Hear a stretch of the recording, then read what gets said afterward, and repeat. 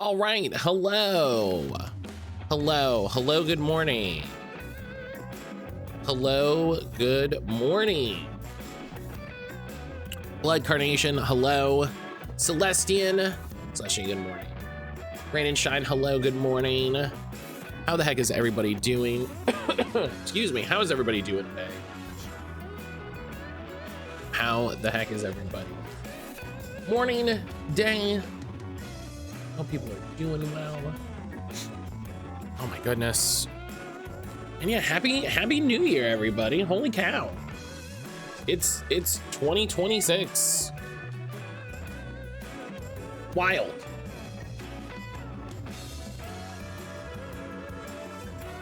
It's 2026. You know, I was telling Aaron last night, like, as we were going to bed, I was like, they shouldn't make the New Year like on a Wednesday. I was like, they shouldn't New Year's be on a Wednesday. Like, what do you mean I gotta wake up and go to work on Wednesday and then wake up and go to work on Thursday and it's a new year? What do you mean? Get out of here. Put the new year on Friday. Put the new year on Sunday.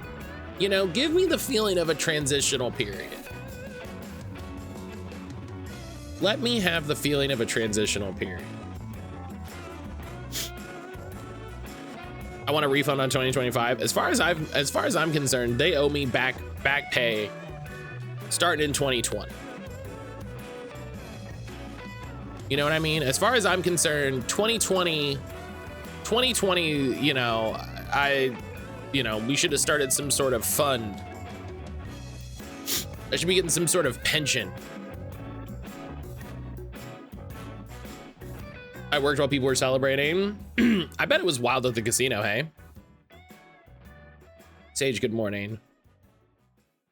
I bet it was pretty wild at the casino.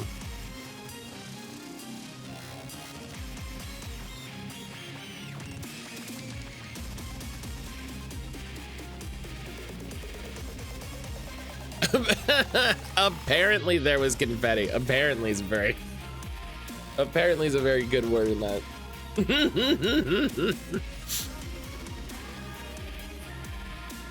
I like apparently. Yeah, I hope everybody's doing well today. So the original plan was to start Project Echo, a solo journaling time travel TTRPG by Elliot Davis. But we didn't finish going through all of the games. Right? We didn't finish going through all of the games. And I'm really tired today.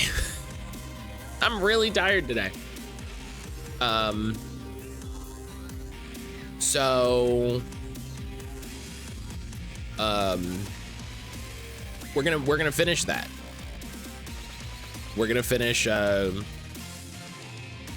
the list, and then depending on how the list goes, I made a joke about sorting my Digimon cards, but I did start resorting my Digimon cards. The problem is they're all under the Christmas tree, so I can't do that.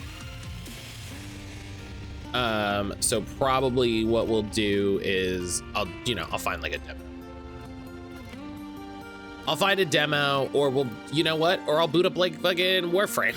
You know what I mean? Or I'll boot up Anthem. Like, we'll figure it out. We'll look at what we have left to do.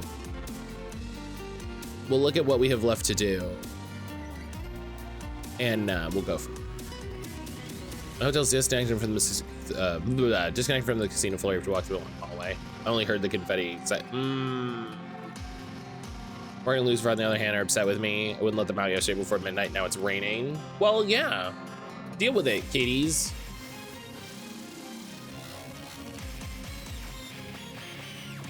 Kitty shouldn't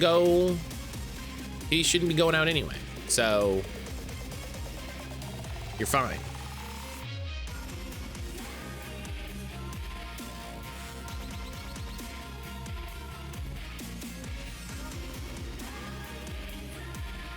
You're fine.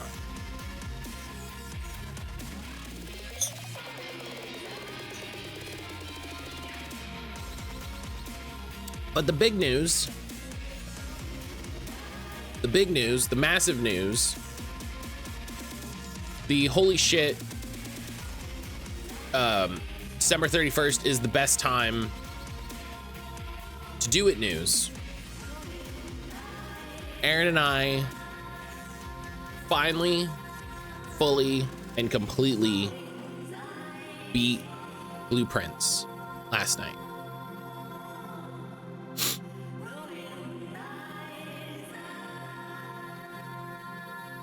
We have solved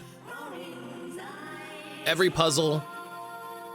There are some mechanical things we still haven't done, but that didn't happen in our playthrough, and it's one of those things that's not worth the time to like go explore. And we were talking last night, like maybe we'll go back and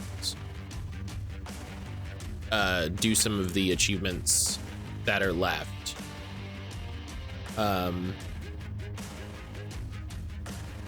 You know, maybe we'll get a feeling that's like, because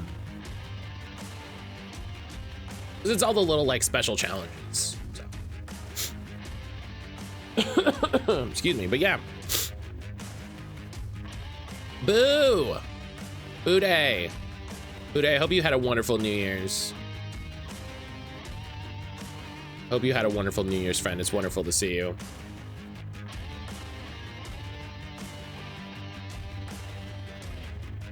But yeah, we are finished with Blueprints.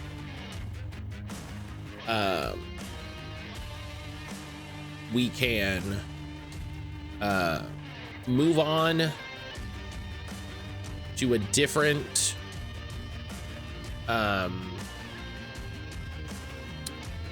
we can move on to a different game.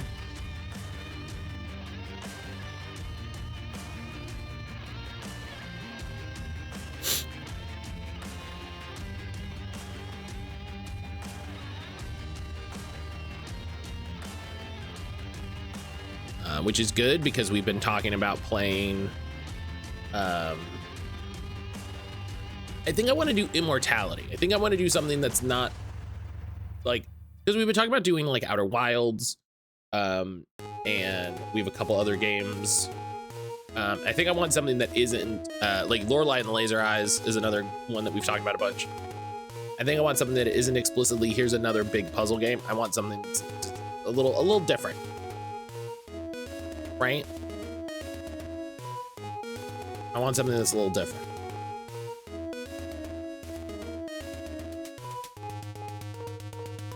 So. I'm still recovering from New Year's. Starting I ordered a fancy dinner from a local bakery. Hell yeah. Hell yeah.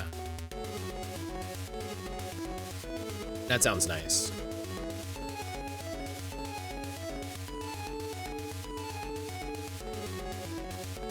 That sounds nice.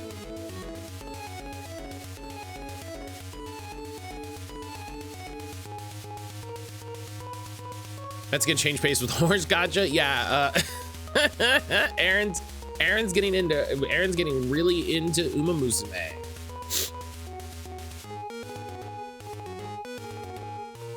Actually, would be funny. It would be funny if she did. Aaron likes horses, not horse girls. So, you know.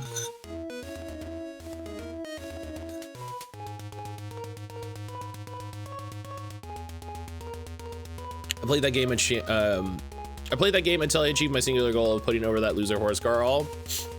Don't call her a loser horse girl, that's mean. Buddy, don't be mean.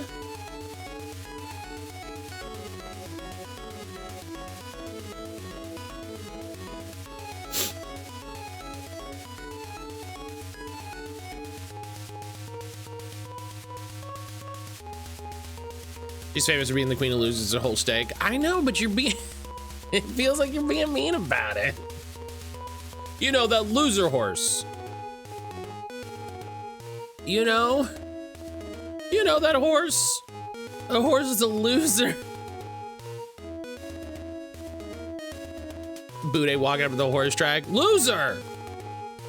There she is.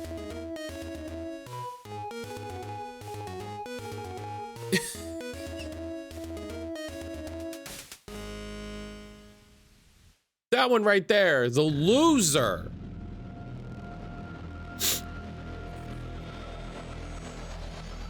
I literally cried when the horse died after getting her only career win. I was really excited about that. I was very excited to learn that. That's just that, you know, that shows that sometimes the universe can tell a good story. Sometimes the universe can tell a good story.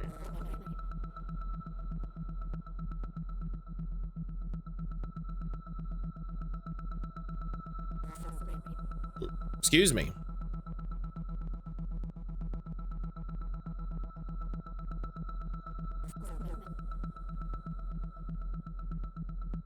Oh my gosh.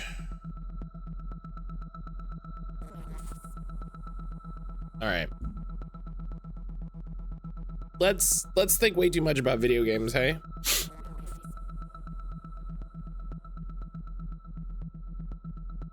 Let me pull up my game activity. There we go. My favorite thing to do. think way too seriously about video games. It's the best. All right. All right. Oh, here, let me put this list back pinned in chat. So manually unpinned and then hide this for me because it takes up a bunch of my chat space.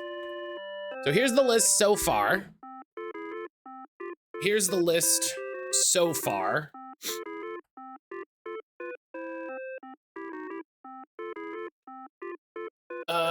So far, these are the top 10. And,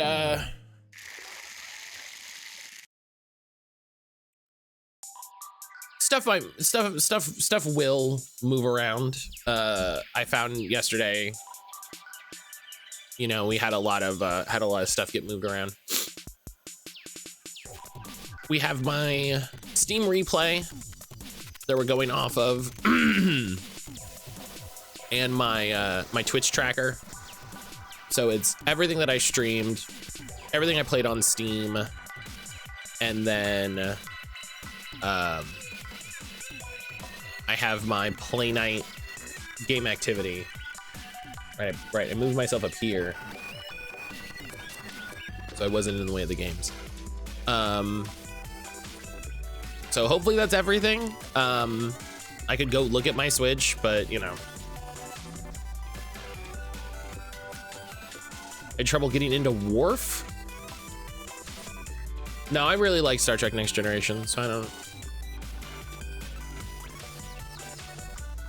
So, Warframe? Oh, hey, guess who also is having trouble getting into Warframe? This person that has 120 hours in Warframe. 105 hours in Warframe. Guess who also struggles with getting into Warframe? All right. So we're in October, and that means it's Scaretober time. Resident Evil 7 beginning hour, I'm gonna put here like at the bottom. It's like a playable teaser thing. It was pretty good, but it's hard to be like, is this little like playable teaser better than Freedom Force? Like, I don't know. I'm not even gonna spend the brain power on that. I play a bit and go, this is fine, but I don't have to log back in.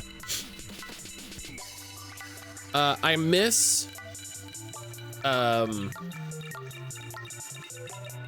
the Destiny like grind, for lack of a better word. And Warframe is made by good people. So, all right. Resident Evil 7 actual game. Feels like one step too big. Resident Evil 7 actual game. So it's got to get past the little demo block.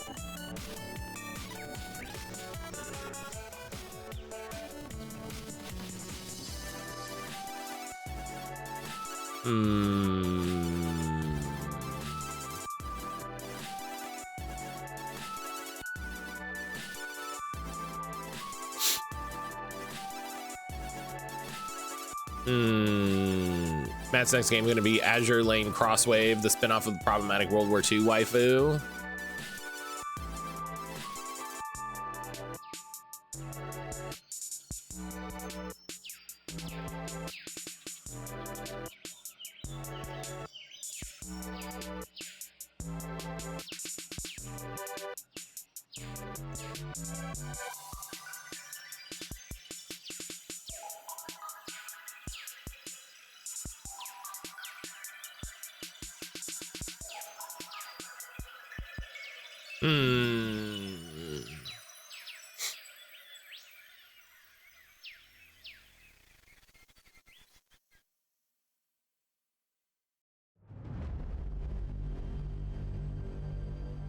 I don't think it cracks the top 10.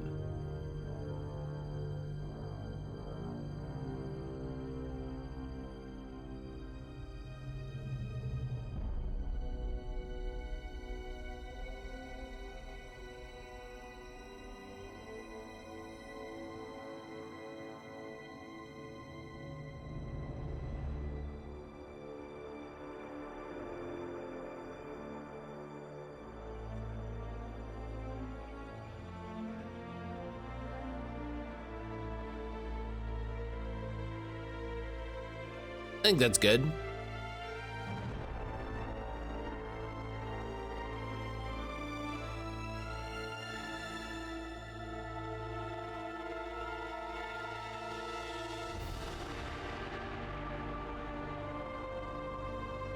Yeah.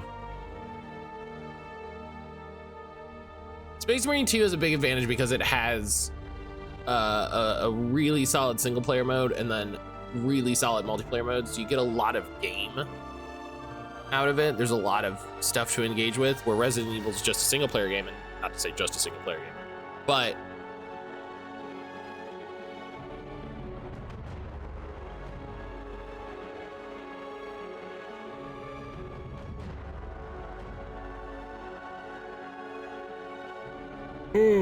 excuse me. We'd spend the whole stream being thirsty over the personification of a German battleship from the 40s in an alternate universe where the Allies nominally work with the Axis against aliens. Woof. What a sentence you just made me say.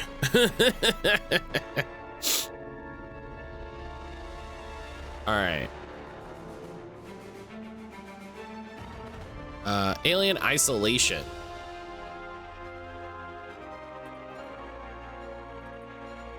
I just said single player's dead. Everything needs to be an MMO. Yeah. Single player games are garbage. All that matters is MMOs and hero shooters.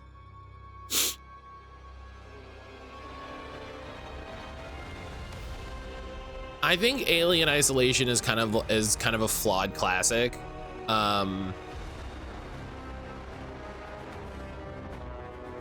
I think the game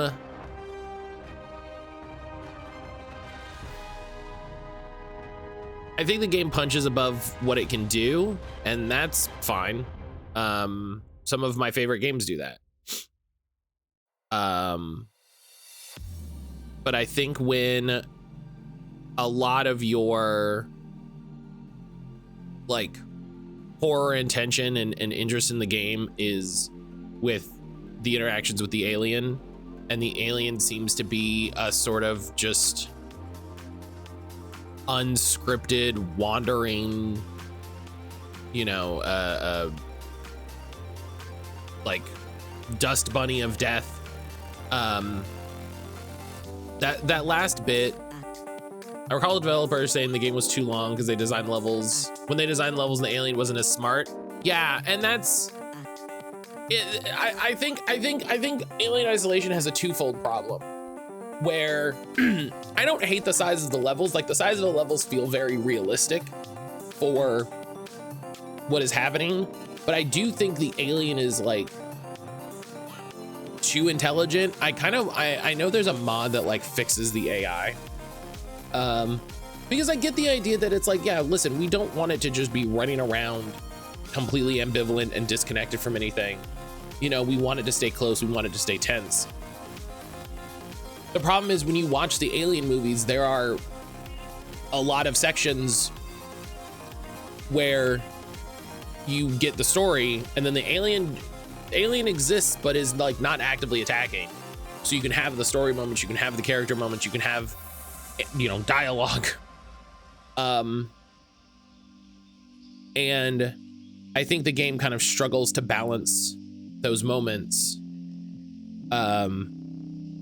You know, the bit that we had with the last stream where, you know, I'm just trying to get through a hallway to get to the next section where there's a big action set piece, right? There's a big, cool action set piece and I can't get past the stupid alien that won't get out of my way. And like doesn't engage properly with, you know, non-player humanoids. You need long down beats where it could appear but doesn't to build suspense. There weren't enough times when I was like dodging or avoiding, or, you know, like the times when I would go in a hallway and I would see the saliva and it's like,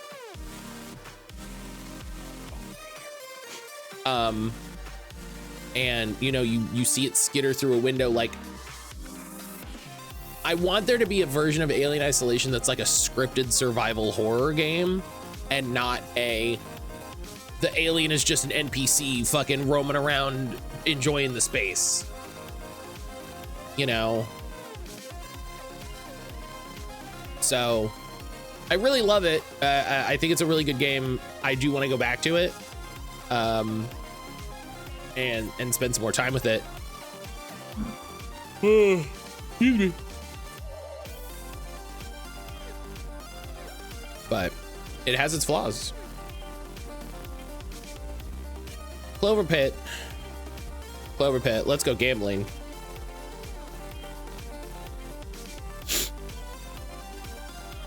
All right.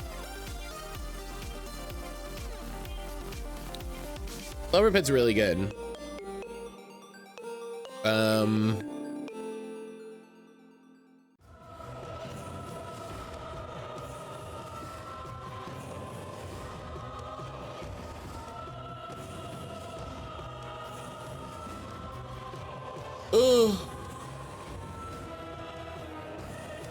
Oh, goodness gracious.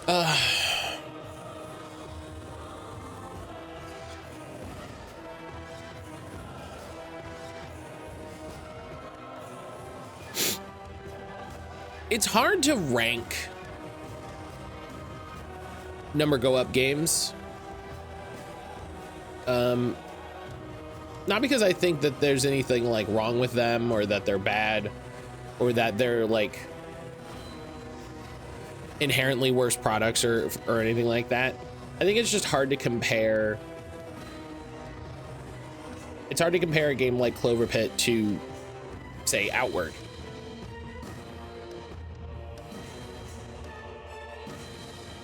Have you played Blippo Plus on stream? No, I really want to.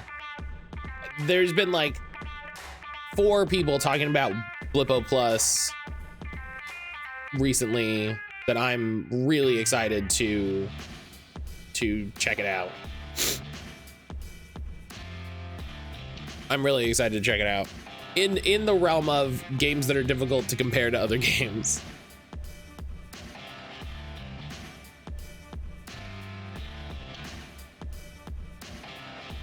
Ooh. Excuse me. Oh my God. I had a shitpost suggestion, saw Biblical Plus, was like, but actually, yeah, it's like, well, but actually.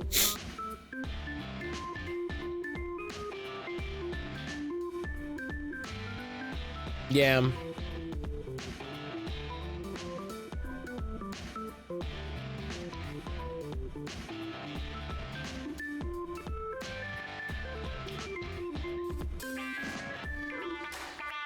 Oh, hell yeah. Okay. We also played the Crowned demo.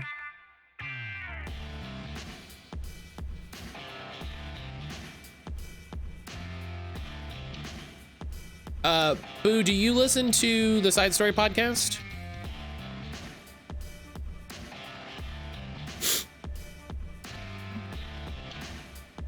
Shippo's suggestion was Blind Legend, a game where your POV character is blind, so there's no visuals. Great for streaming.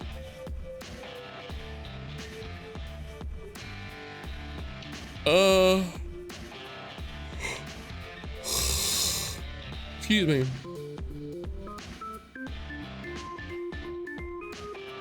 I'm gonna put this here. I wanted to like this more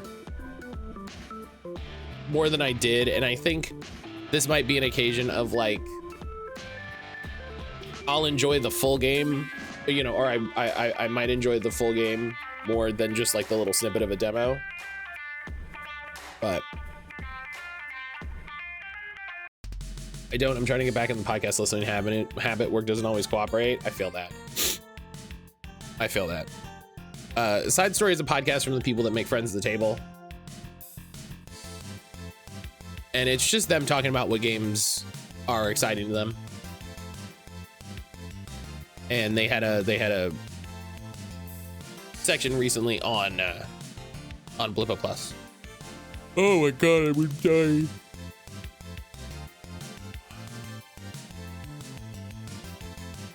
All right. Karimari Beneath the Forlorn Limbs is really good.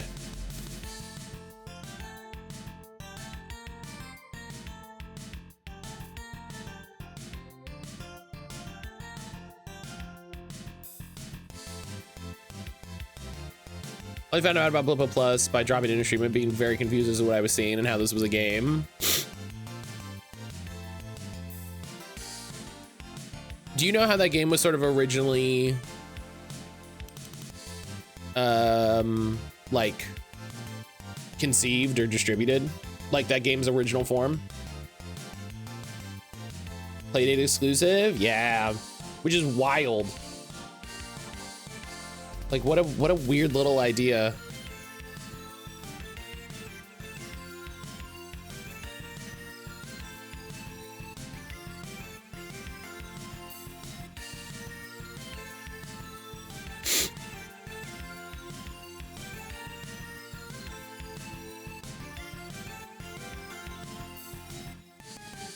I guess I should put a note that this is also unfinished. It's very charming. It looks fantastic.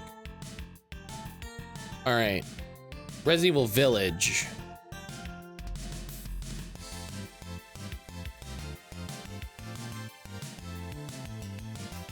Do you know the funny thing about Resident Evil Village? The funny thing about Resident Evil Village is I think it's actually a much better modern Resident Evil game than it is a sequel to Resident Evil 7. I think in some ways it's a really bad sequel to Resident Evil 7 because it abandons a lot of the themes and atmosphere. But it is also an incredibly rock solid action survival horror game with just like incredible levels, incredible character designs, incredible challenge, like all the story beats. Like I never felt slow in that game. Like I never was like, okay, let's get moving.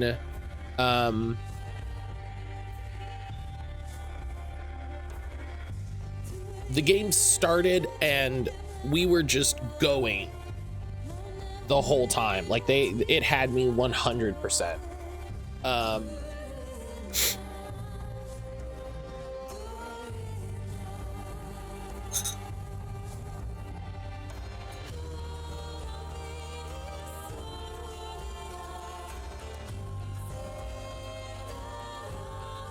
So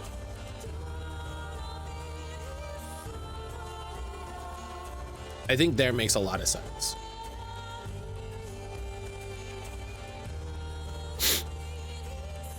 Yeah.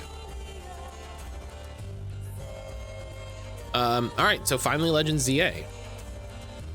And as a standalone experience, Gothic horror, but also folk horror vibe was immaculate. Right, yeah, the like it wasn't a good follow-up to 7, but as a thing on its own, like it established its own identity incredibly strongly. And it's weird to go back from that to, you know, what looks like the urban horror of early Resident Evil, but you know, I think after 7 and 8, you know, RE Team's got it. You just gotta trust them. Oh, it's Legends. That's why I'm like, why am I not finding it? It's Legends.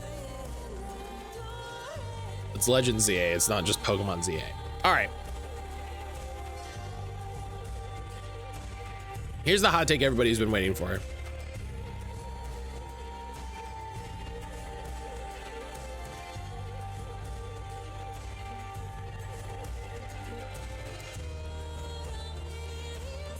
Here's the hot take everybody's been waiting for.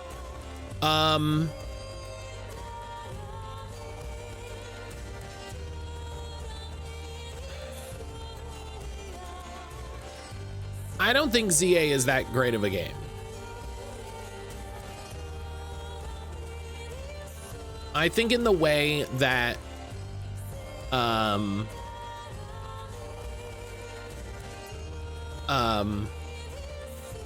think in the way that Arceus managed to have a not necessarily new idea, because open world is not a new idea.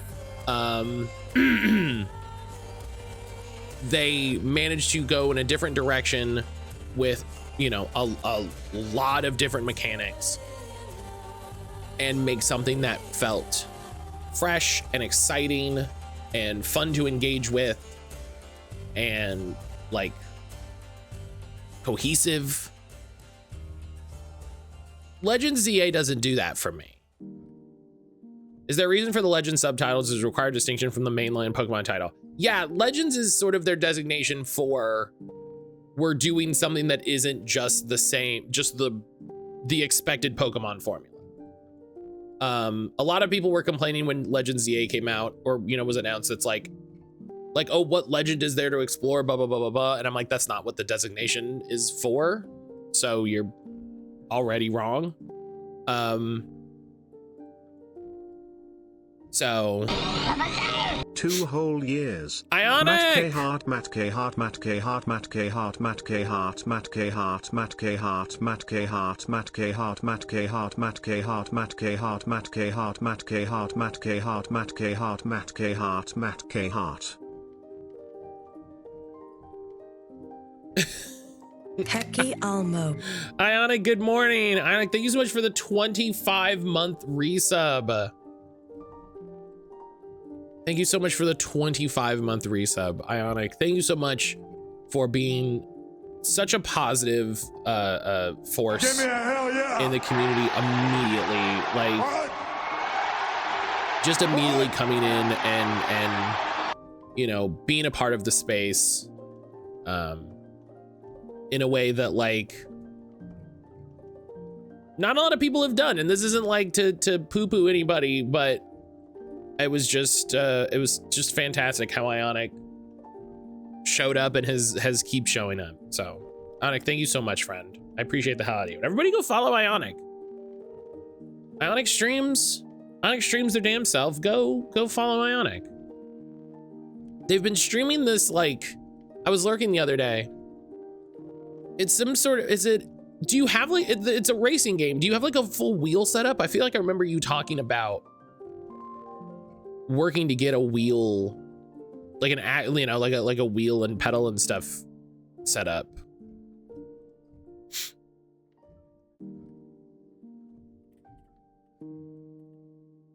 Yeah, everyone go follow Ionic. Ionic's fantastic.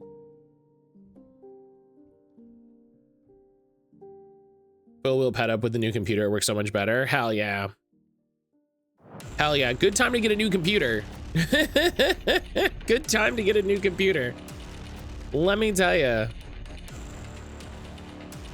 Good timing on that one.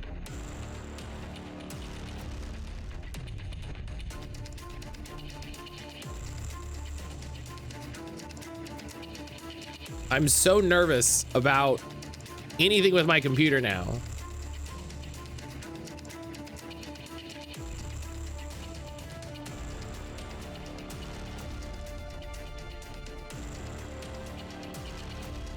Yeah, that sounds cool. That sounds cool. It has that like, it has that simulation look to it where I was like, this has to be a full setup. Like the way this looks, this has to be a whole thing. So, hell yeah. But yeah, Ionic, you're here in perfect time for me to talk bad about Pokemon.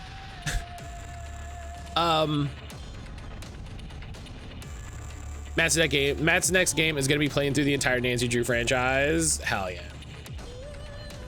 I made a joke about Aaron doing those on stream and she was like, eh. Just because she doesn't like streaming. You know? That's not what she likes to do, and that's fair, you know.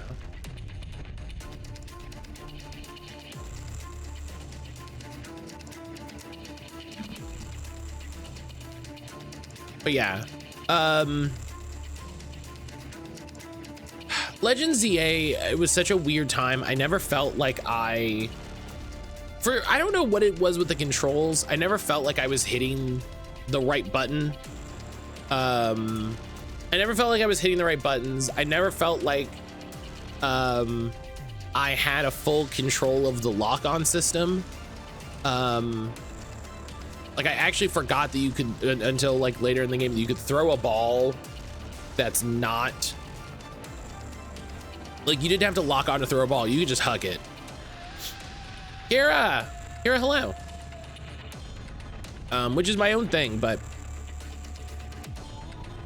I think they did a bad job of re-implementing the Pokemon like move and mechanical language into a real-time like format. I don't think it feels good in some ways. I can see how it wants to be fun. And I can see the ways that it could come together in a fun way. And maybe it's me just not understanding. But when you completely overhaul the system and then you don't explain that the speed of a Pokemon affects the cooldown time of moves, like if you don't have the situation where you explain what the stats do in a new in the new context, like what are we doing?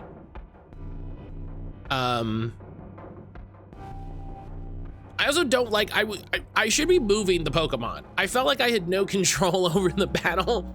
I wish I could be moving the Pokemon. Because I would love if it was a twin stick. Like, I don't know why I need to move me. Who gives a, like, the fact that I'm getting hits and taking damage it feels like a silly holdover from Arceus. That doesn't seem like that needs to be a thing that's happening. And so there's a big part of it that feels like they were like, the kids loved Arceus, let's make another one of those. And then they didn't give enough consideration to the way that these mechanics should fit in this. Having said that, Kira, good morning, or Kira, good afternoon. Good afternoon. Happy New Year. I hope you're doing well. I hope you're feeling a little better. Having said that, Legends ZA had a fantastic story, with great characters. As a person who has been, as a person who has played every Pokemon game since X and Y, and previously, but was played every Pokemon game since X and Y, and like gets these references, gets the fan theories that they're confirming, gets the connections that they're alluding to and talking about, and is interested in seeing the way that they are rebuilding the Pokemon world. It was fantastic. Like, ZA was such a difficult game for me because I really disliked a lot of the actions of playing it, like a lot of the moment to moment gameplay. The research system feels like terribly half-baked, in a way that they just slapped a little battle pass on the screen and said, okay, that's it.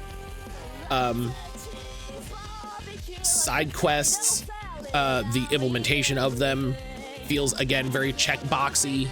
The presentation of them specifically is very unexciting, but the writing in the side quests has a lot of depth, a lot of humor.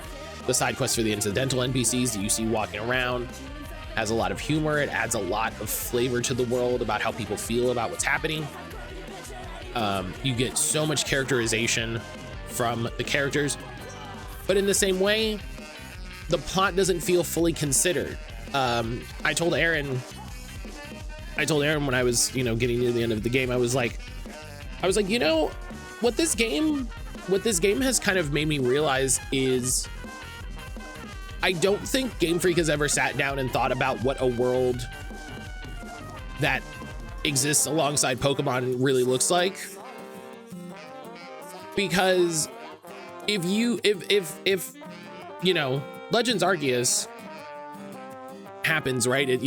We're moving from, kind of medieval times into interacting with, it's like akin to the domestication of the dog, right? If all of a sudden you can capture and raise and control a lizard that breathes fire, that's going to affect what society looks like. That's going to affect how things are different. Things are going to be different after that. When you can very easily catch a little blue lizard guy that shoots water, things are going to be different, right? Society is going to change to reflect that. You have suddenly quick, portable access to not unlimited water, but like a good amount of water. How does that change things? How do you, utilize it? It's a thing in the games that I never feel like they do a good enough a job of, is investigating the ways that society would use Pokemon as tools, in the ways we used animals and use animals as tools. And I think this was the game that had sort of the most glaring disconnect for me, because of the story, because of the characterization, because of the depth that they wanted to explore these themes. It's going to affect all industry and crime and laws. Right. Right. Like, it's going to affect everything. Like, oh yeah, I caught an Abra and it can teleport us. Ooh, I just teleported into the bank. Ooh. Right.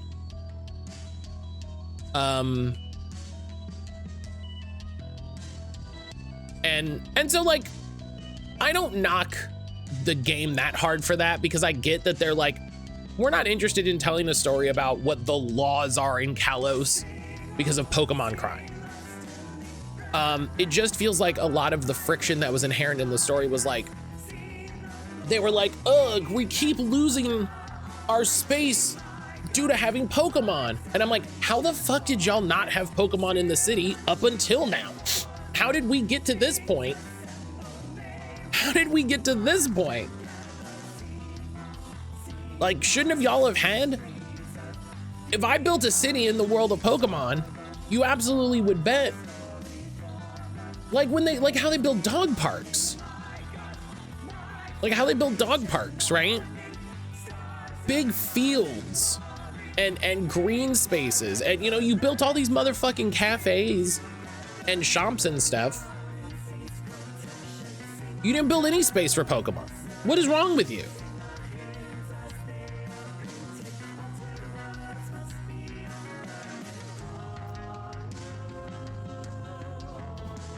Pokemon Legends Payday.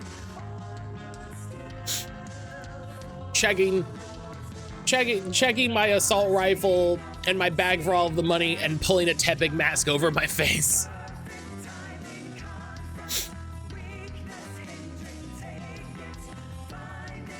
Humans can't be bothered to build green space for other humans. In that game, there's a shit ton of green space that was built for other humans, like explicitly.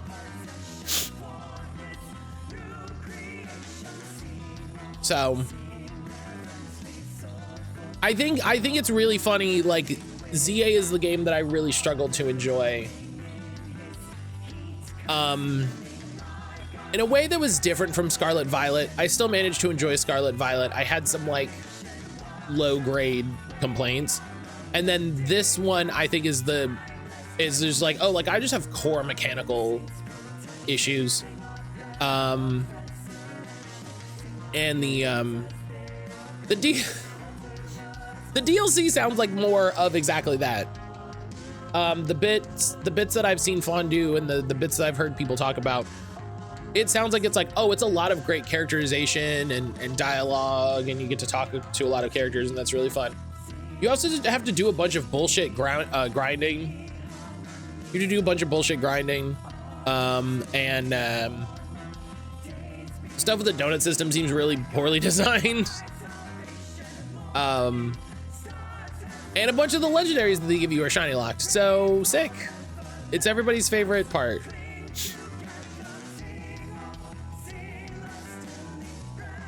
It's everybody's favorite part. All right, what do we got here? Evan does not respond. What was that?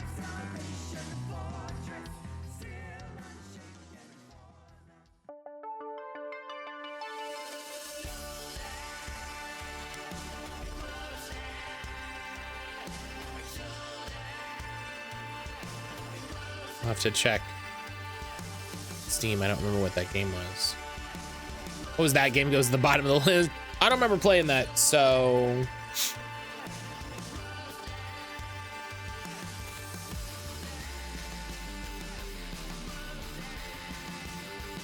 Psychological and analog horror game.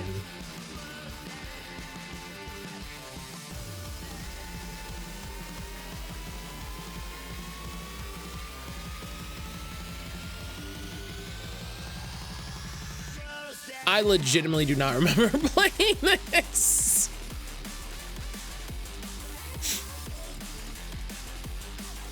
I don't remember playing this.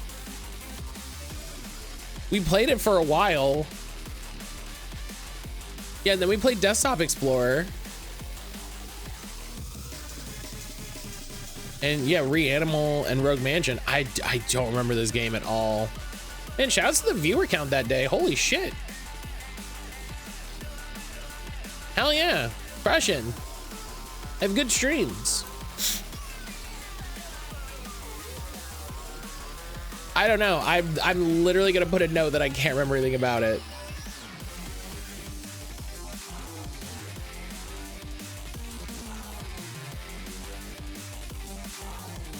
Can't remember any, which is awkward. It's awkward. It's gonna go above in much the same way I put Scrapdackle. I was like, I know I've played it. I don't remember anything about it. Actually, you're gonna go here. And Rivals is gonna go there. Where it's just like, I played it. What website are you using for this? It's the pinned link in the chat this way for you. It's called Backlog. Desktop Explorer was great.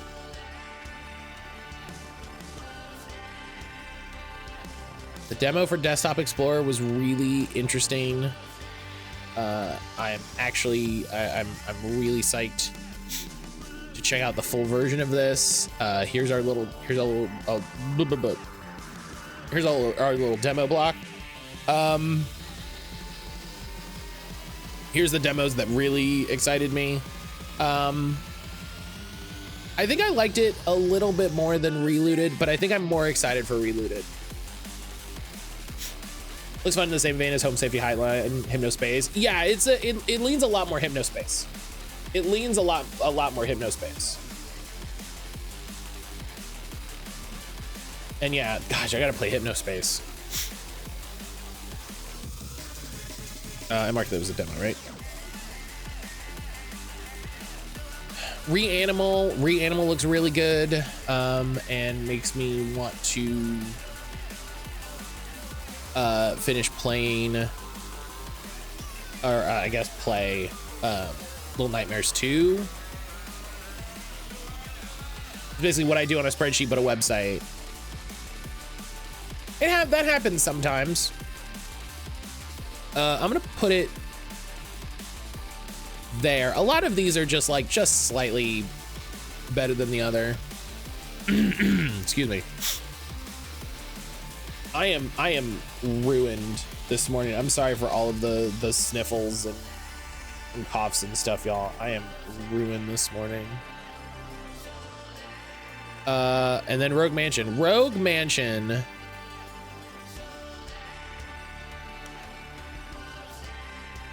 Rogue Mansion was so baller.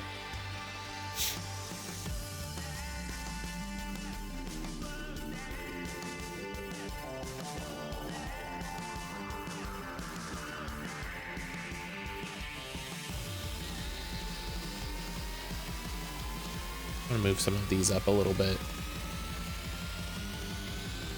They definitely liked To a T more than Occlude. So it's just that, like, making sure that as I'm building other things, as new little pockets form.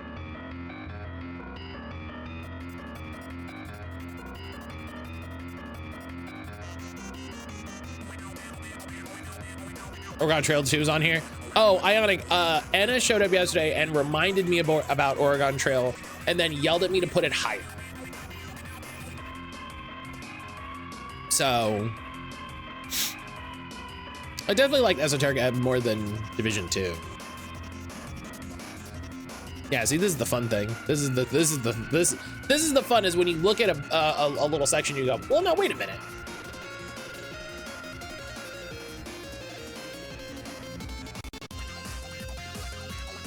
But a lot of the ones down here are demos or stuff that I didn't play enough to have like a full opinion on. Isolation Village. Okay, Still Wakes the Deep. This is specifically because I believe I can do, yeah, Siren's Rest. Yeah, specifically putting the DLC because that's what I played this year. This is gonna be interesting because I'm rating the the experience in the DLC, not the game as a whole, right? A lot of these other games have been, I'm rating this game as like a whole, as a collective.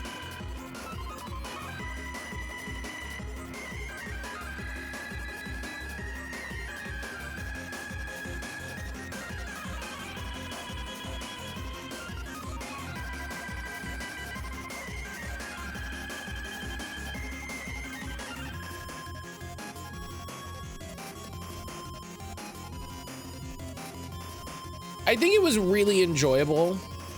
I think my one criticism against it, which is not a major criticism, is there's not a lot of, and I mean, this is like the point of the game, right? So this isn't like, this is what I'm saying. This isn't a big criticism, but this is like compared, why am I putting it under Horror at High Road? It is a mainly linear experience with not a lot of opportunities to engage in stuff. There's some secrets to find and stuff like that. And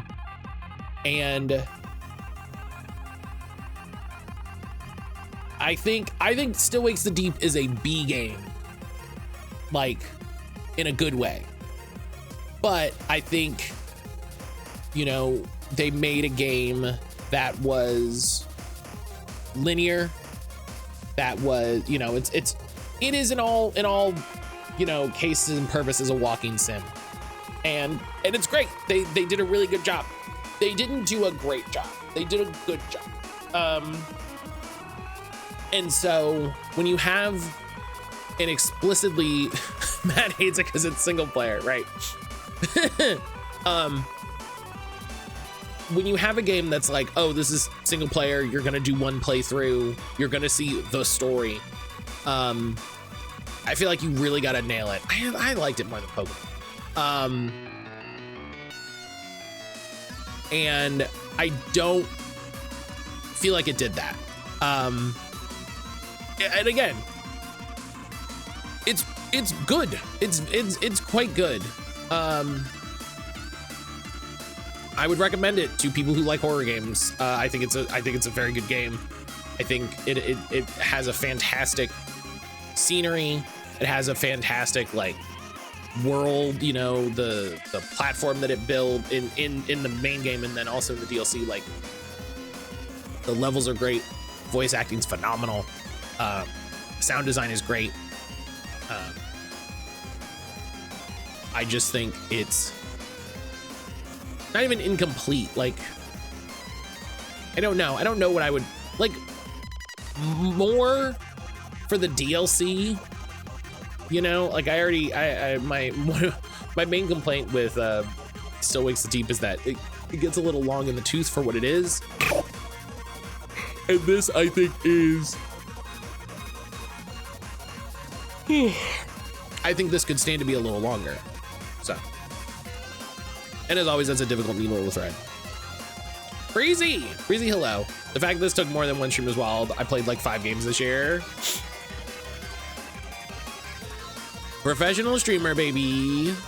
Professional gamer. I'm gonna save because it's been a second since I saved. Breezy, how are you?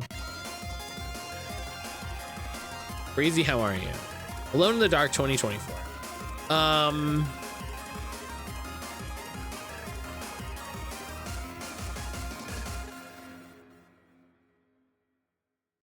My sick is much better today. That's good. That's good to hear.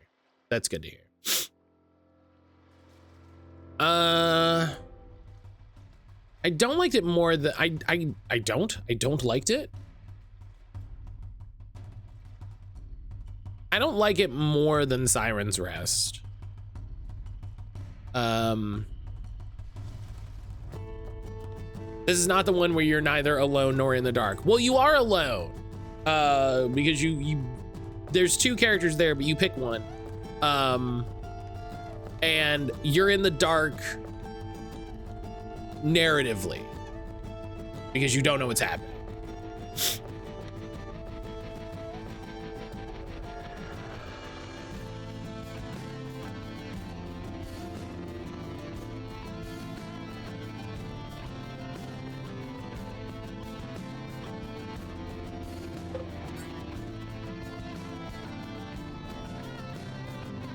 I know there was a game in the series you literally had to stay in the light and it was co-op or something. I don't know what you're talking about.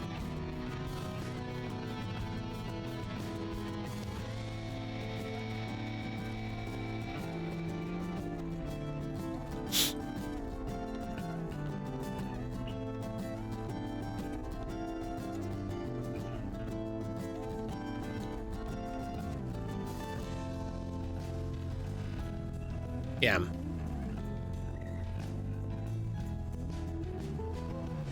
Okay. Alone in the Dark, I think Alone in the Dark is really underrated. It was a really good time, but it was okay. I think it should have gotten more praise than it did, but I think the problem is it was in a AAA space and it was not a AAA game. I think if they had made this game, instead of going for a like AAA, you know, sort of Resident Evil 4-esque, you know, RE2 remake style, if they had gone for a, you know, isometric pixel art, you know, kind of PSX horror style, I think it might have found more of an audience. I think Alone in the Dark's greatest sin is that it doesn't do anything too outstandingly. And that's fine. Like it's good. But I think in the space that it wanted to be in, like, economically, you can't just be good, which is a shame. Because I had a good time with it. We talked about if I was going to do a replay, and I might play it again myself to like go through and see the endings and stuff, but Alone in the Dark Illumination was co-op. Oh, I have that. Ooh, I bought that on Steam.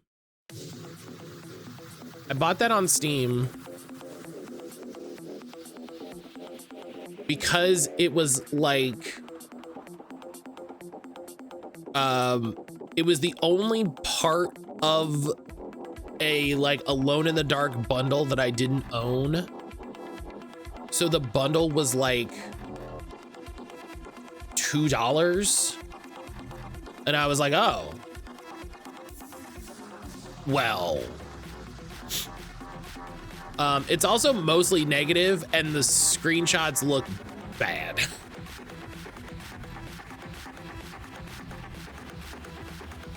So, gosh, so many games are on sale right now in a way that is frustrating. I was half remembering an old Yahtzee review, which is not glowing. Man, it's really funny how I gotta be really careful when people say Yahtzee on the internet now, right?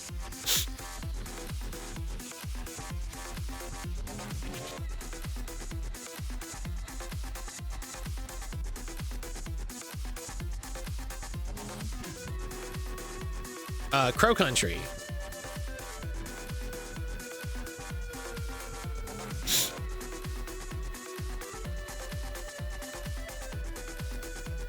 Crow Country is at least better than Alone in the Dark.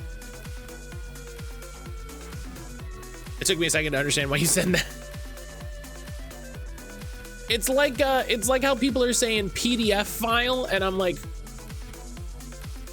what the fuck are you talking about?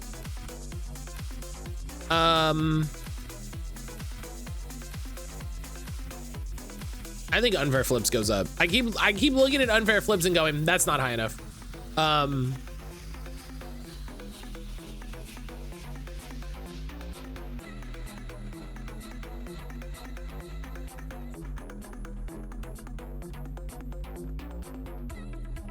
The fun of talking around sensors and term searches.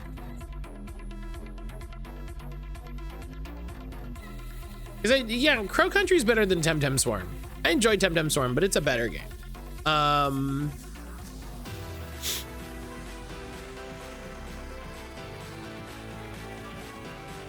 Yeah, what do we...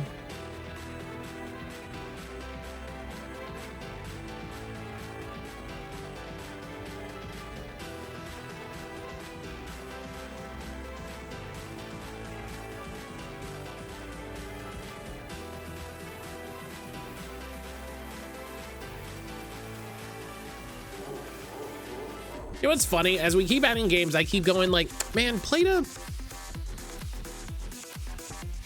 PDF file, as you say in file twice. People thought the French said oui, oui. They don't say yes, yes. Well, Ionic, they're trying to get around saying pedophile. Or they're trying to not say pedophile so that TikTok doesn't suppress their videos.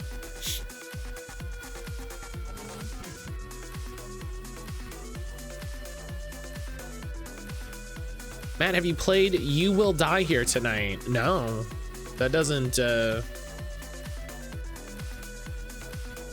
just say PDF? No, because that's not the word.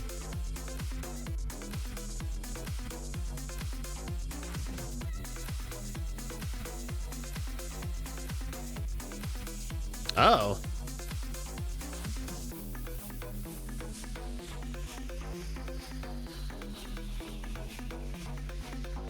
Wow, no, this is kind of interesting. It has a demo. I mean, it might if it doesn't anymore.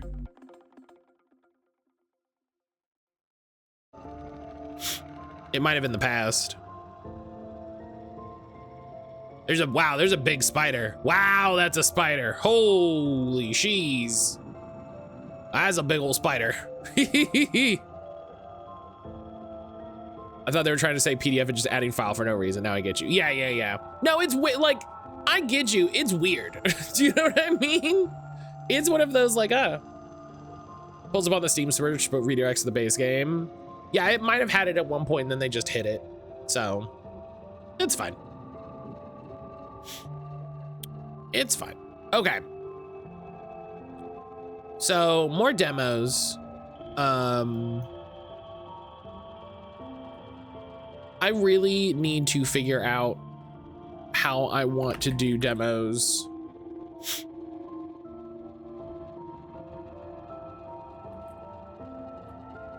Because I love doing demos, but they just do them at such odd times of year.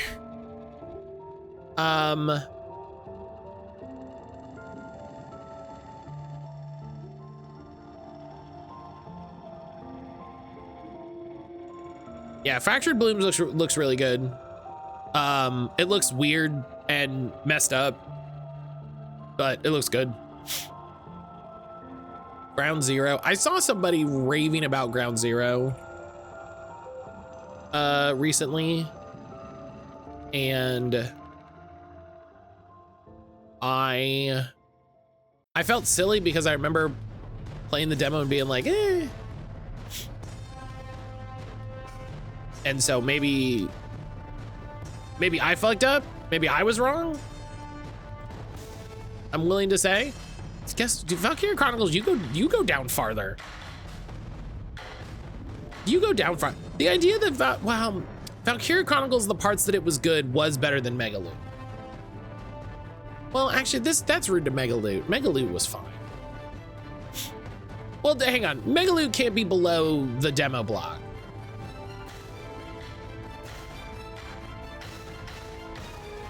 Yeah, I definitely enjoyed Megaloot more than Nubbies. So congratulations, Megaloot. You just jumped like 20 spots.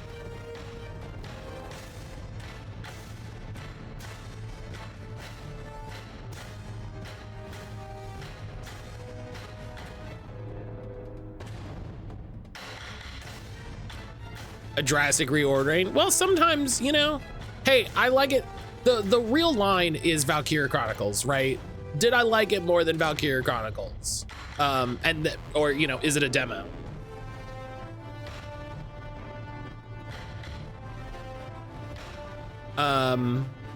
Shroom and Gloom. All right. If we want to talk about fucking Matt Calder games, if we want to talk about games that were made for Matt Calder,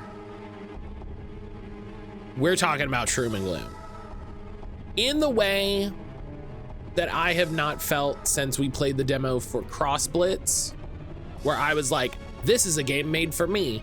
This person looked into my soul and made a game. Shroom and Gloom is that game. Shroom and Gloom is that same vibe of just like, wow, they made a game explicitly for me to enjoy. That's very nice of them. The same way that my card is better than your card is. Like, oh, they made a game for me. I'm glad other people get to play it, but this hole is for me. I fit perfectly.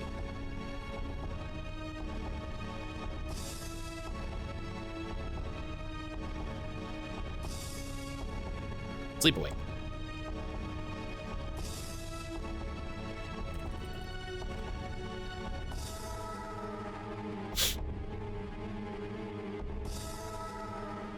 Yeah, sometimes when you look at the list, and you go, oh, you know what? Actually, I like it less than Fractured Blooms, but more than Blank Sword. Another narrative walking sim, that's great. I have nothing against it, but I think that's the order. All right, that's the end of October. Let's check Steam replay here. We've got Village, Biohazard, Alone in the Dark, Alien Isolation. Nothing new. I believe it was you who I watched play Wander Stars. I got to run into a few people who like wrestling and animated furries. It's a good game. It is a good game for all of those tastes. It is a good game for all of those crossovers. All right, look at that. October, easy done. November.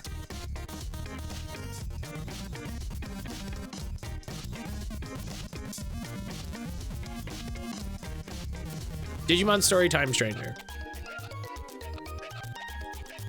All right. Controversial opinion, I know, but Digimon Time Stranger is definitely better than Legend ZA.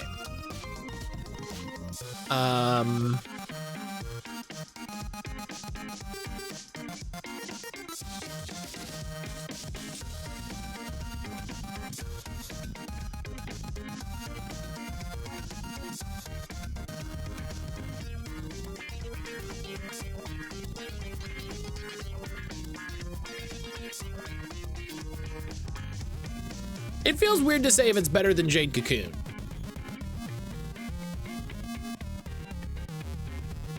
This is one of those times when it's like, what is better? What does better mean?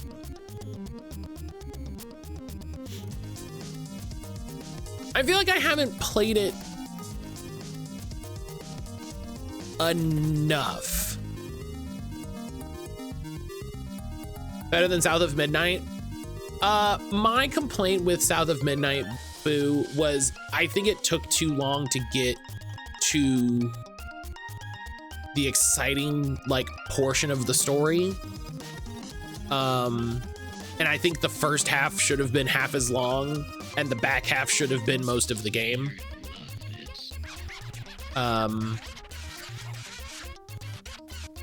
Like it's still a phenomenal game. But I think it takes you just a little too long. Well, I mean, it's most of the game, but I never played it. I know a lot of folks are hype about it. I'm hype about it. It's great. Like, it's fantastic. But that's my complaint. Whereas, related, Time Stranger is like Here's a Digimon, dog. Go.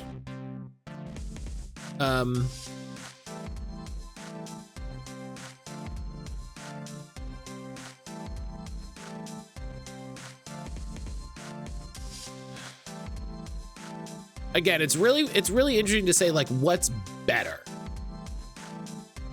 I think well, and I need to remember that it's not better, it's like, what do I enjoy more? What am I more hyped about?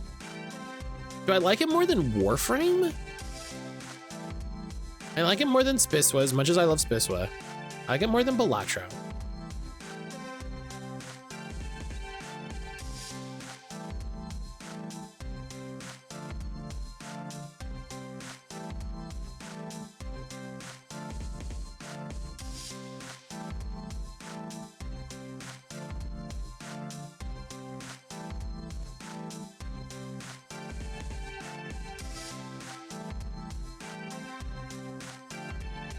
Thinking about it, if I like it more than Getting the Car Loser has made me realize I like Getting the Car Loser more than Warframe in my experience.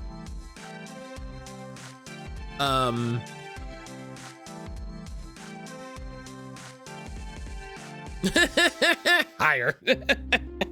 Breezy leaning over to my shoulder. Higher.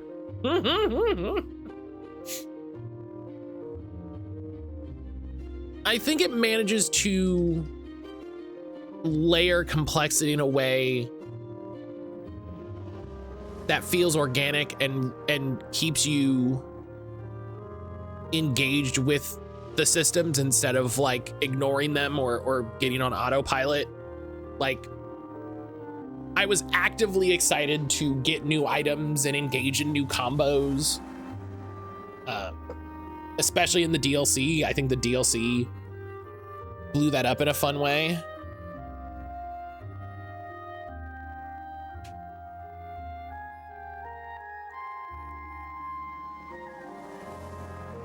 And now that it's like, okay, well, now it's just 1-to-1 on Warframe. I think even with just the amount that I've played,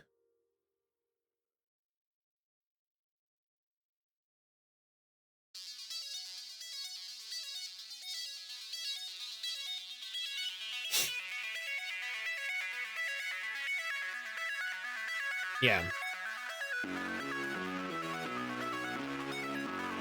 Yeah. Time Stranger, more played up. Despelote already on the list. I will add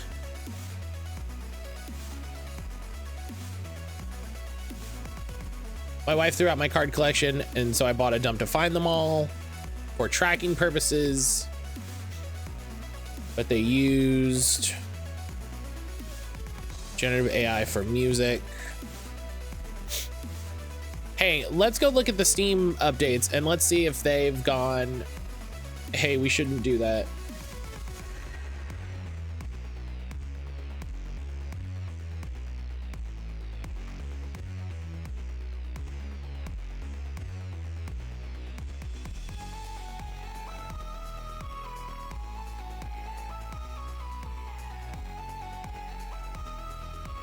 No.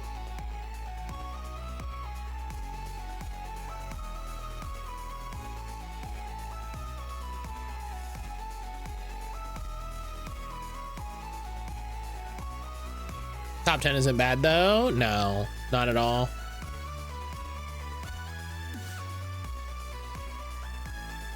Yeah, bummer. Bummer for them. Yeah, and then they sell you the soundtrack. What fucking...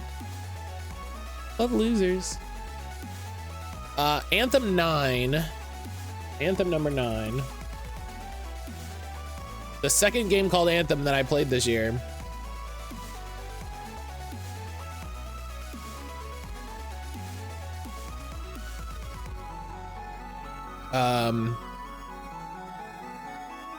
Was good.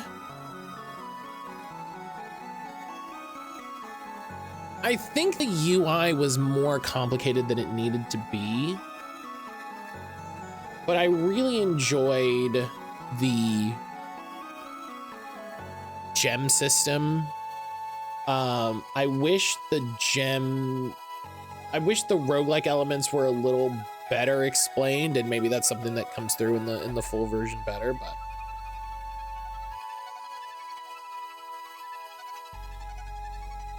Anthem number 9 was really good.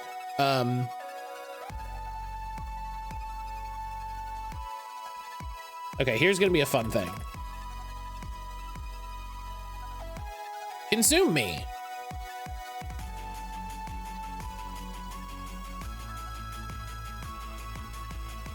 I mean, I'm gonna start at the top, and I'm gonna work down.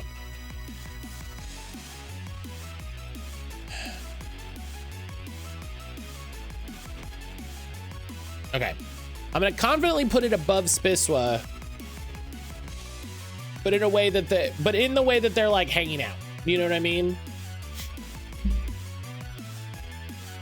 The game seemed really good. Yeah, I definitely think it's better than Balatro.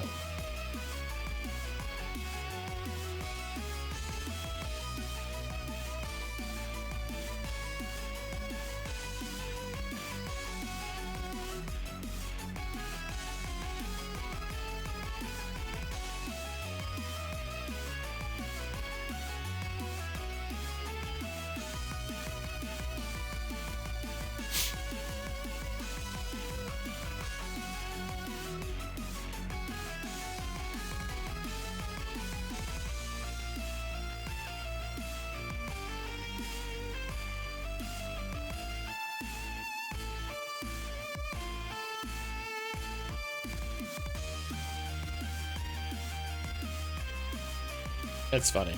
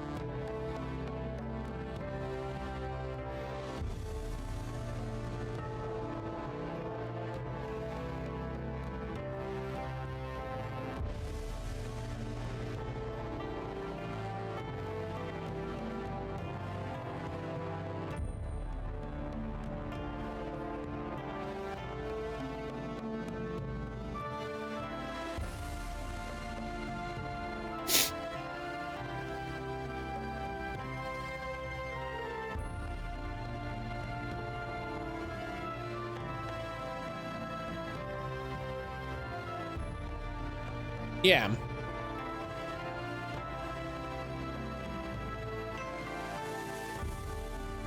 Yeah. That seems correct.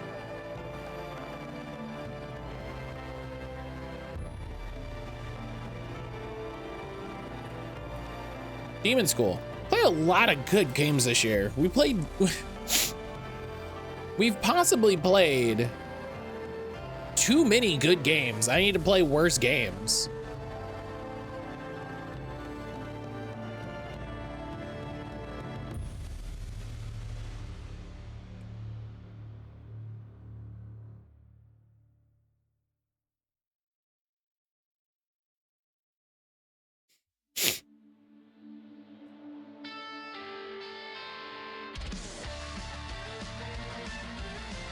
I think next year I need to make a point to play worse games.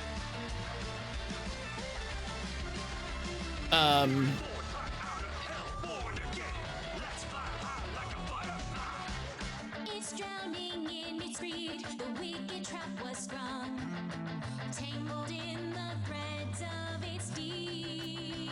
Like fate scoops up a fish, struggling in Urban Play Skies of Arcadia so I can put the most mid JRPG the PSP has to offer on the wheel. Hell yeah. You say that like it's a thing I don't want to happen.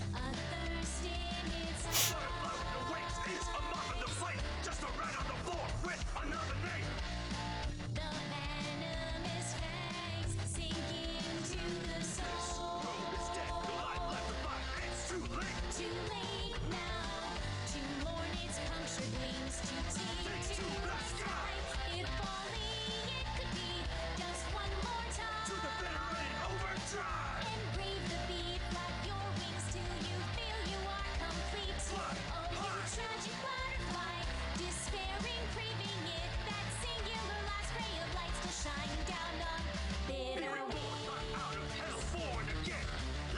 I usually play 1,000 times resist so I can start voting for another game I want you to play.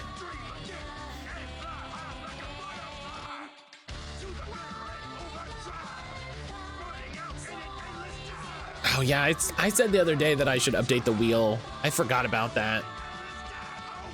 I completely forgot I said that. Oh, okay. Resident Evil Outbreak.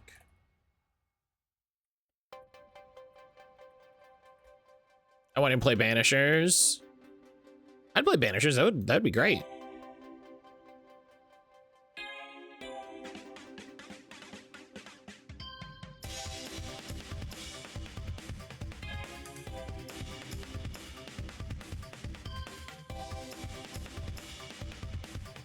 I'm not gonna rate Outbreak very high.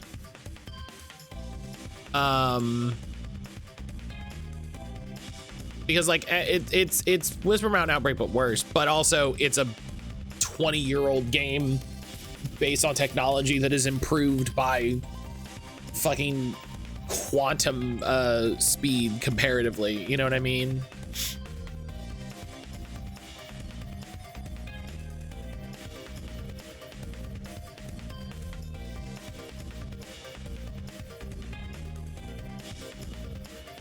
Oh.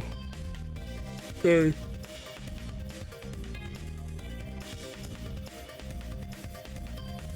All right, so that's November. Let's check November on the Steam replay. Oh right, I played Wayfinder with Brian and Shane.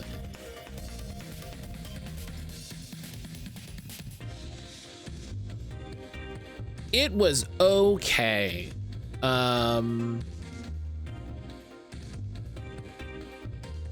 It was okay. It was a game that was supposed to be a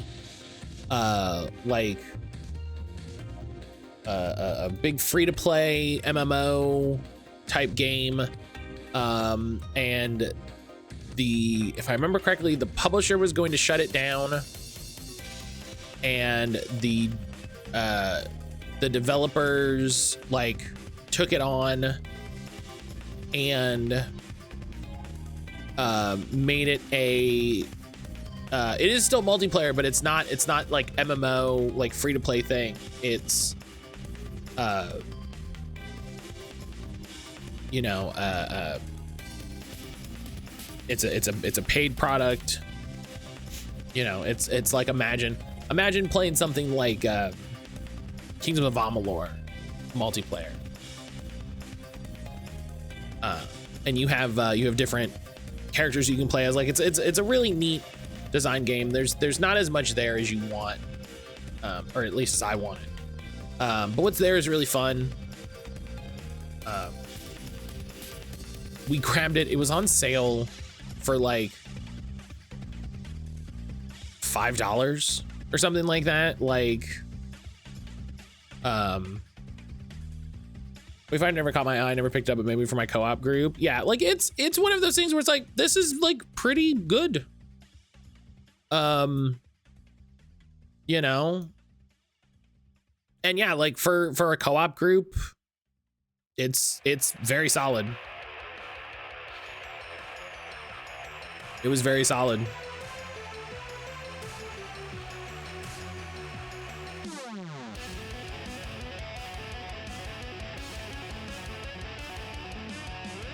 I was looking here. Okay. I didn't play a lot of Extreme Legends, so I'm not gonna worry about that.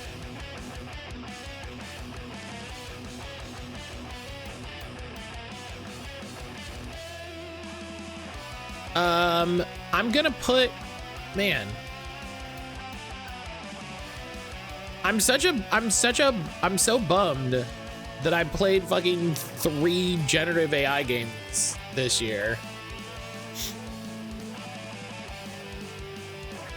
What a fucking disappointment. I played Flamecraft. I actually forgot Aaron and I had started playing Cat's Quest.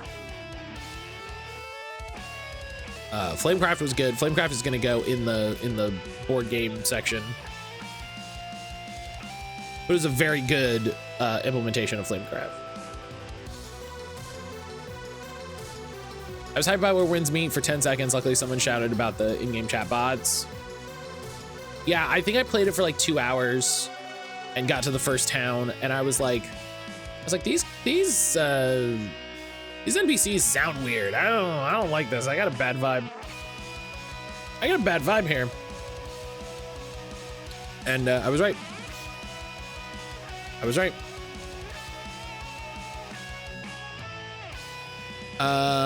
Let me check Play Night, because I think November Play Night is gonna have, is it December?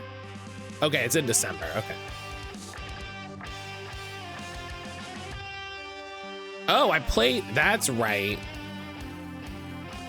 That's what I played a bunch of in November. I just got it in my brain. You should do that every so often. Dynasty Warriors 2. I started playing a lot of Dynasty Warriors 2, and guess what? Dynasty Warriors 2 is fine.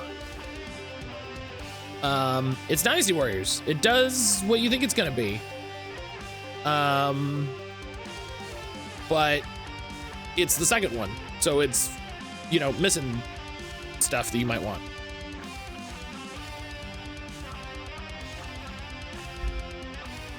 I think there's fine.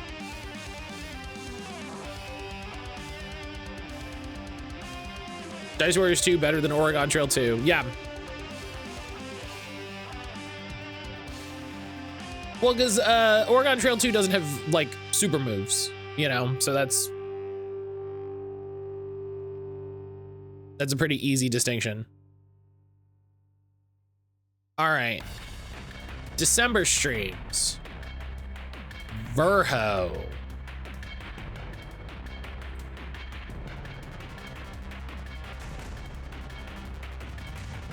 Verho Curse of Faces. My Oregon Trail super move was wiping out the buffalo population.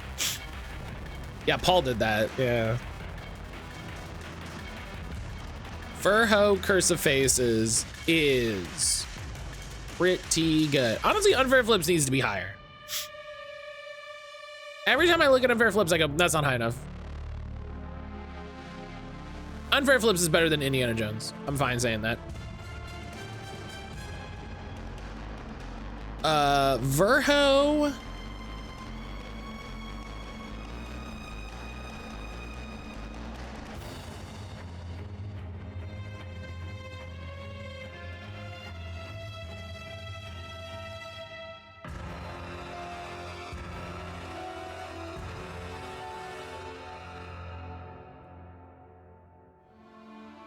Well, okay, Unfair Flips is definitely better than Final Fantasy 13 and better than Alien Isolation.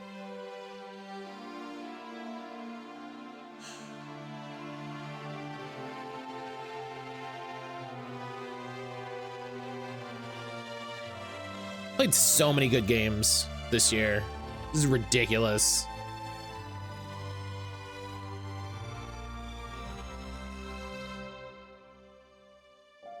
Read 30 pages in 2 hours. That's a record. Played more worse games. Yeah, I gotta play worse games, like actively.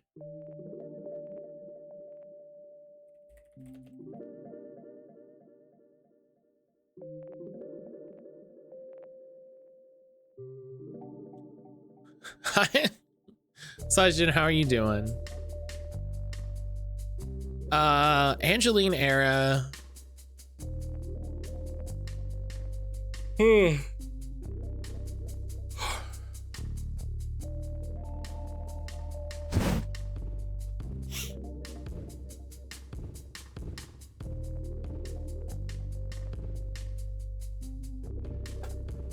Ghost Owl, good morning. Recovering after my reading. Hell yeah. Lots of new information to take in. This is the problem with reading, is it's a bunch of words.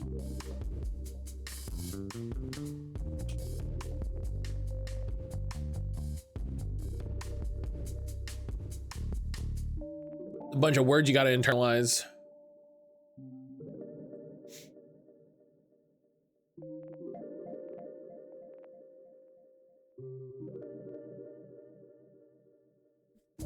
Next game is gonna be Infinity Nikki. Infinity Nikki's fine. Infinity Nikki is fine. Fun. Thank you for the 10 stream streak. Oregon Trail 2. Chapter covers some pretty fraught topic with early transatlantic and colonial economies. So, you know, yeah, you know, light work, light reading. Oregon Trail 2 is on the list. Crusader Kings 3 is on the list already. V Rising.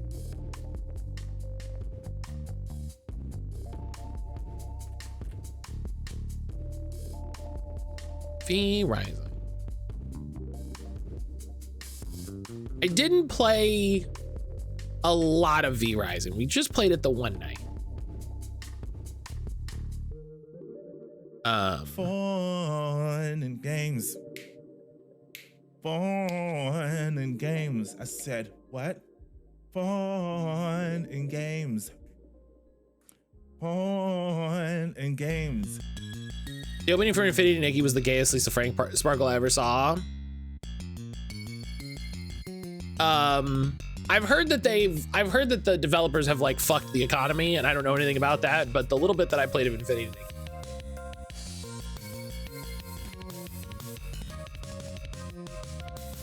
Fawn, I hope you're doing well. I hope you're doing well. Good morning.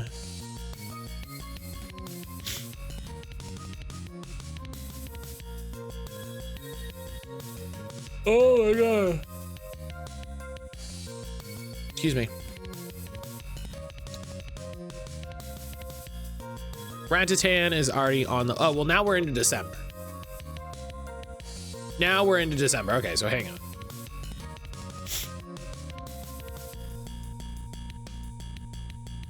Okay. Sailor's captured my arm to open the bakery.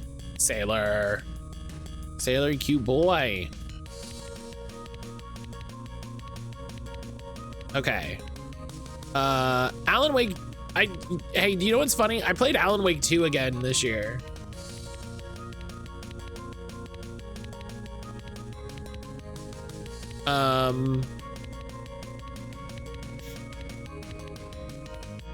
I try to ignore my Patapon all year. What are you talking about? I feel, you know what? Like, Alan Wake is gonna stay down here. Alan Wake is gonna stay down here, and I'm gonna put replay. It's not fair to be like, well, I played Alan Wake 2 DLC, so guess what? Like, that doesn't. Where'd I put Ratatan? Ratatan is here in multiplayer games that I want to play more of. Thanks for the include recommendation. Yeah, of course.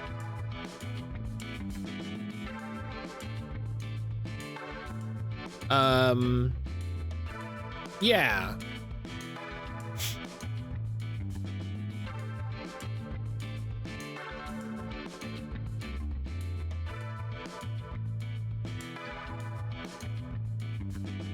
Yeah, I think it'll go higher once it's out. We talked about this yesterday. I think it'll go higher once it's out. Cause I'm like, oh, like, is it better than PlateUp? It's like, no, it's not better than PlateUp as it currently stands. Cause it's in early access. So.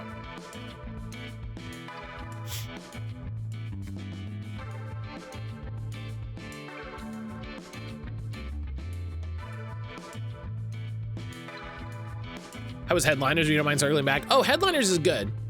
Headliners is very good. Headliners is another game that's like, this isn't fully out, but the gameplay loop for it, like the gameplay idea of it, is really fun. Oh, they added Paris? Wow. Oh, wow, they've added at least 2 new maps. Yeah, they've added 2 new maps since the last time we played. Oh, 2 Paris maps. So that's sick. Hell yeah.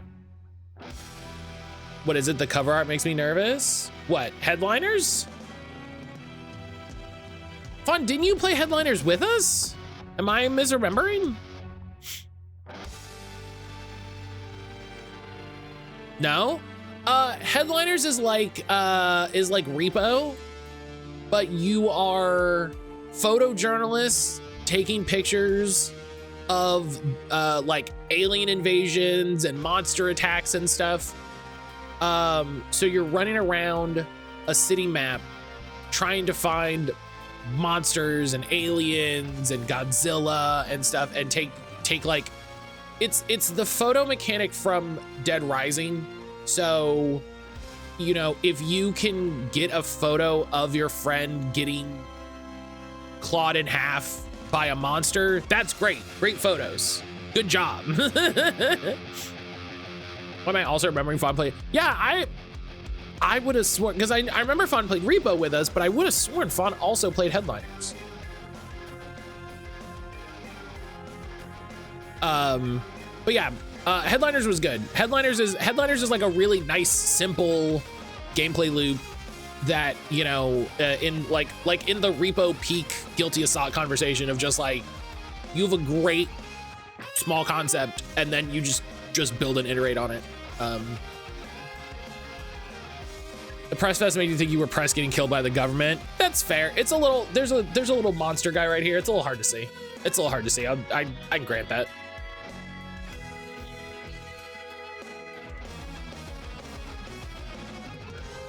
Headliners is very similar to Content Warning. Yeah. Yeah, and I didn't play Content Warning this year. It would be on this list and higher. I would definitely put Content Warning over Headliners. December. I've also never played Content Warning. I think Content Warning is more your speed, but in a way that it's also scary. Content Warning is less scary, but more funny. Headliners is less scary, but more like gory. Content Warning is fantastic. Yeah. Content Warning is so good.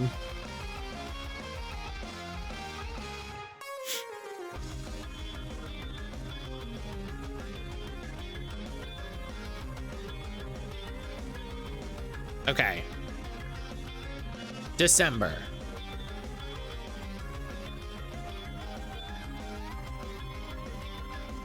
We played the Turnbound demo.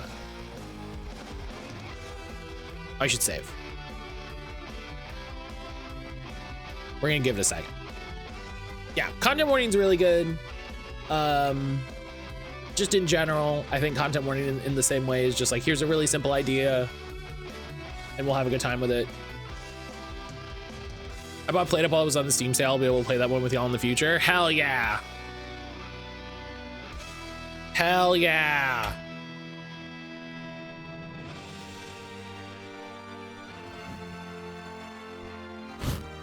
We need to do more. We need to do more multiplayer Played Up. Obviously, I'm a big fan. Obviously, I'm a big fan. Turnbound.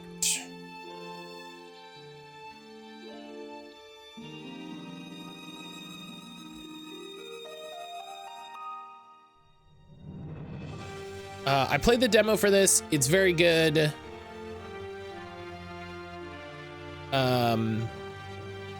It's my first kind of auto battler game like this, so I was very interested. The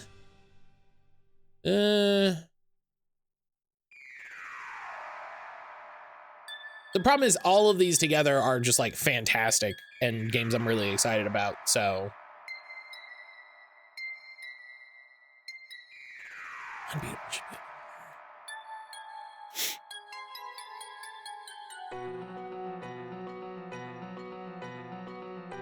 Yeah, there's a point where this sort of falls apart and it's in no particular order. You know? Okay.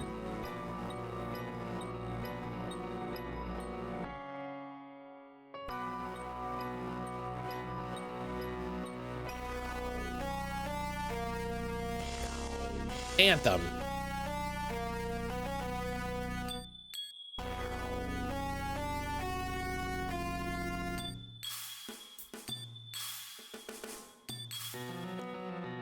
Anthem is okay.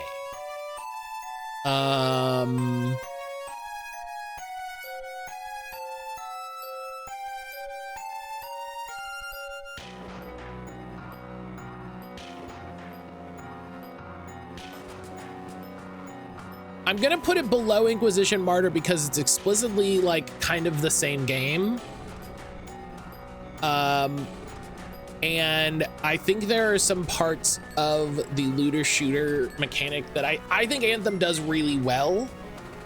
I think there are some bits that I wish looter shooter games in general would have like taken from it. But it's obviously hobbled by the fact that it's had 0 content updates in 7 years. You know, compared to Inquisition Martyr that's had like 8 expansions and new classes and stuff. So, you know, they've had time to iterate and refine and all of this, and Anthem just is what it is. I think there are some problems in Anthem that would be resolved if it had been worked on all that time. Like, I don't think it would be the same experience, obviously. But I think putting it under a competently made action looter RPG and a roguelike mode that kind of emulates action RPGs feels about right. It feels about right to me.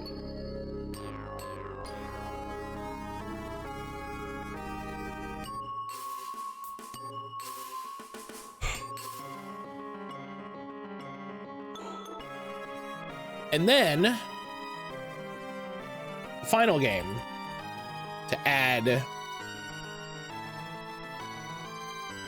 horses.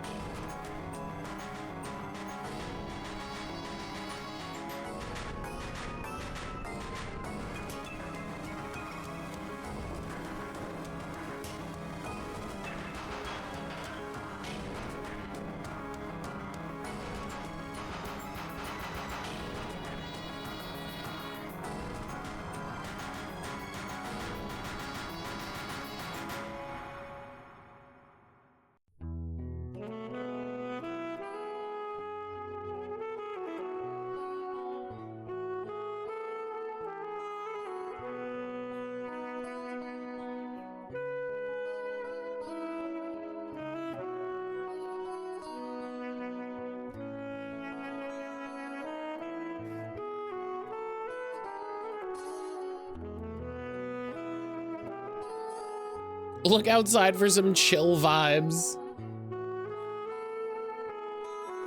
Yeah, it looks pretty chill. Did you finish South of Midnight? Yes. Aaron played it. I watched her play it. We did complete it. Since I missed yesterday, where did you rank Wanderstop? I'm curious what you thought after sitting with it for so long. I put it, it's down a little bit. It's down a little bit. Honestly, my big problem with Wanderstop, and this is a me thing more than it is the game thing. I don't feel like Wanderstop hit the emotional notes that it wanted to with its gameplay. Like, I think there was a bit of a dichotomy between the game that it wanted to be and the game that it was. And I think the game that it was perfectly fine. I think the game that it was really enjoyable. It had some really good moments. I think the game that it wanted to be one cycle shorter.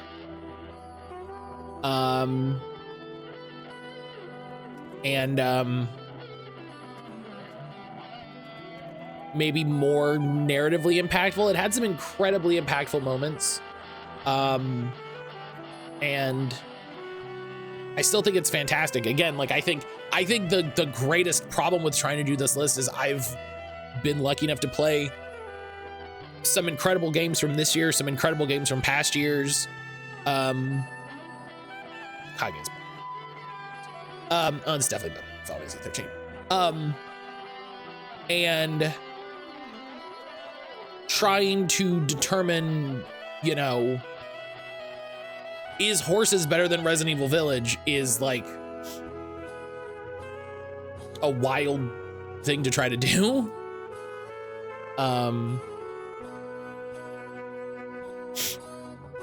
So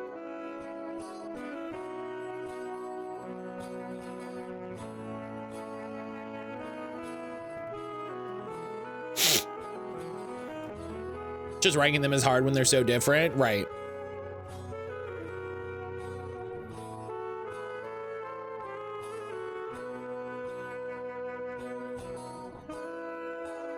The big thing I've tried to keep in mind is how well did the game do what it set out to do? You know, how well did the game deliver on the experience that it sold you?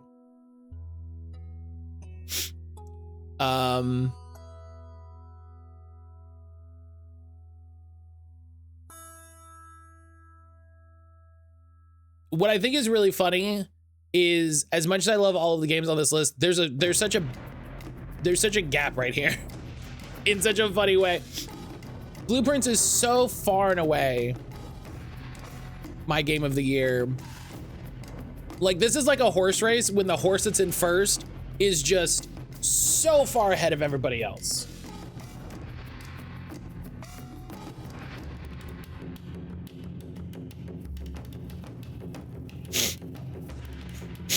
Oh, excuse me.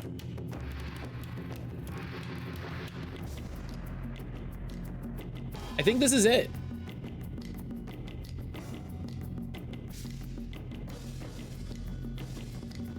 That's me with 1,000 Times Resist. Right, and I like 1,000 Times Resist will almost certainly be in this top 10 when I finally play it. Like, but I think this is it. I feel a little weird having Promise Mascot Agency over Final Fantasy IX. I haven't finished Final Fantasy IX.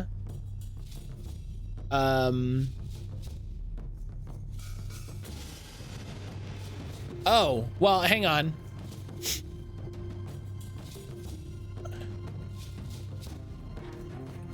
I watched Brian play Knights of the Old Republic 2 a bunch this year.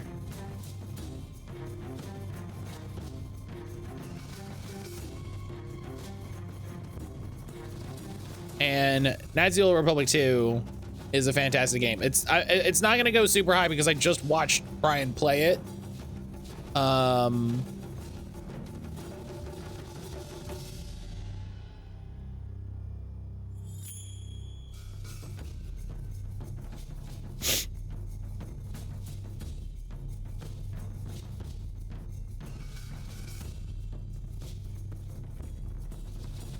But I had to engage with the game and think about it again a lot.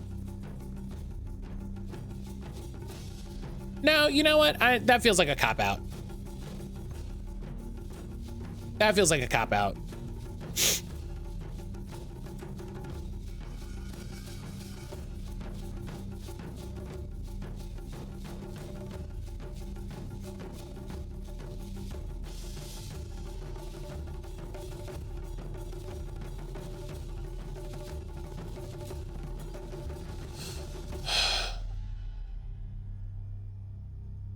Yeah. I think this is it. I think this is it. I think the top 15 are just like total bangers. Like, everybody focuses on top 10s, but the 15 is amazing.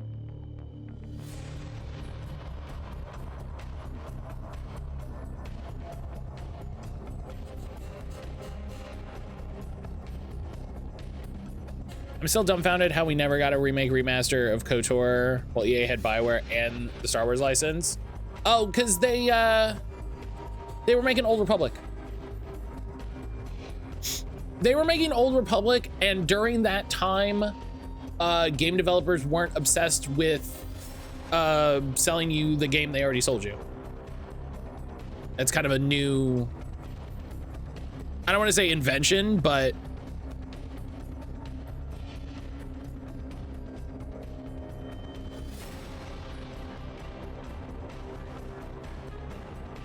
yeah. Did I actually play mouthwashing this year? Like, mouthwashing being on this list feels weird.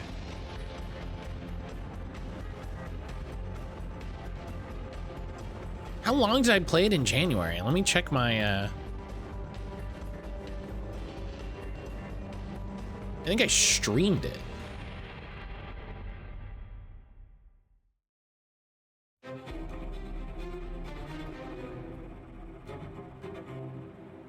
Oh yeah, I think, yeah, we streamed the whole thing, I think.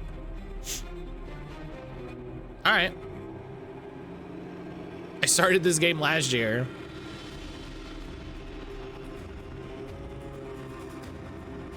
Honestly, the games you played are starting to blur together. I don't remember when you played it, but I remember watching it. I think I played it like on the 31st and then on the 1st. So it's one of those things where I wanted to check where I was like, did I boot it up for 5 minutes and now it's on this list in a way that like I tried to avoid?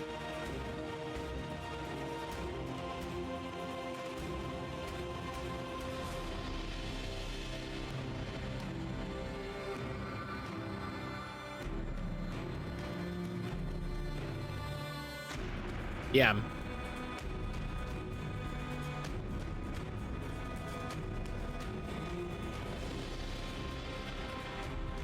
Yeah. I think this is it. I think this is the list. There's probably ones that I could quibble over later, you know, later on of like, you know, oh, is Wilds better than Space Marine 2? Is, you know, how do you compare something like Dark Tide to keep driving? The issue for me is over half my games aren't on Steam, so I had to make sure I had a running list for all the games I played using a spreadsheet. Ionic, if you launch them through Playnite, you can install the game activity plugin, and it keeps track of all of your playtime.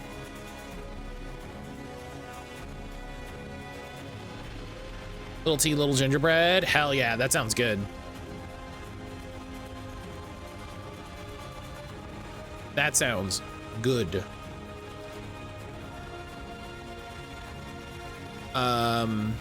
So yeah, Planet didn't work for me on my old computer. Maybe it'll work better on my new one. Can't hurt to try. Oh yeah, that's right. I remember you saying you had all those issues with Planet.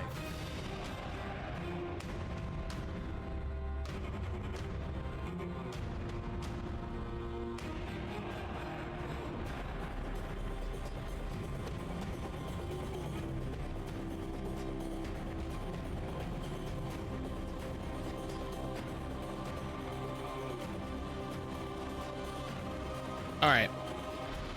I'm gonna take a break. I don't know what we're gonna do when we come back. Might we play in the Shiva? Hell yeah. I've heard of the Shiva. I'll play it. Fuck yeah. Listen, I'll play anything, right? That's my gift and my curse. That's my gift and my curse. I'll play anything.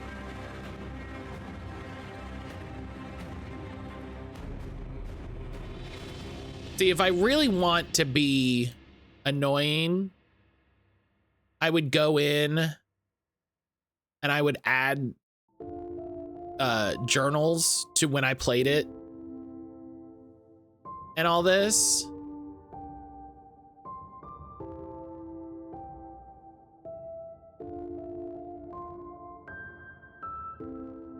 You know, I really wish Playnite had a plugin for this. I really wish Playnite had a plugin for this, because this would be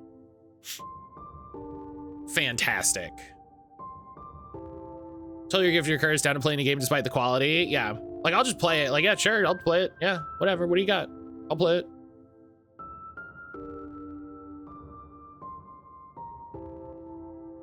Awesome boy, how are you? But yeah, I'm gonna take my break. When I get back, we'll do game duel, and we'll figure out, like, you know, do I want to do a demo? Do I want to futz around in Anthem because we're playing Anthem tomorrow? We're playing Anthem tomorrow with Silver Streak, and I don't know. We'll figure it out. We'll do game duel, and then we'll talk about it. So, if you haven't recently, make sure you get up, move around a little bit, take a stretch, move around. You know, get some activity. Make sure you're not just sitting in a chair all day. Get some water, get a snack, go outside, get some sun on your face, get some fresh air, touch some grass, do all the good stuff. I'll see you back here in a little bit.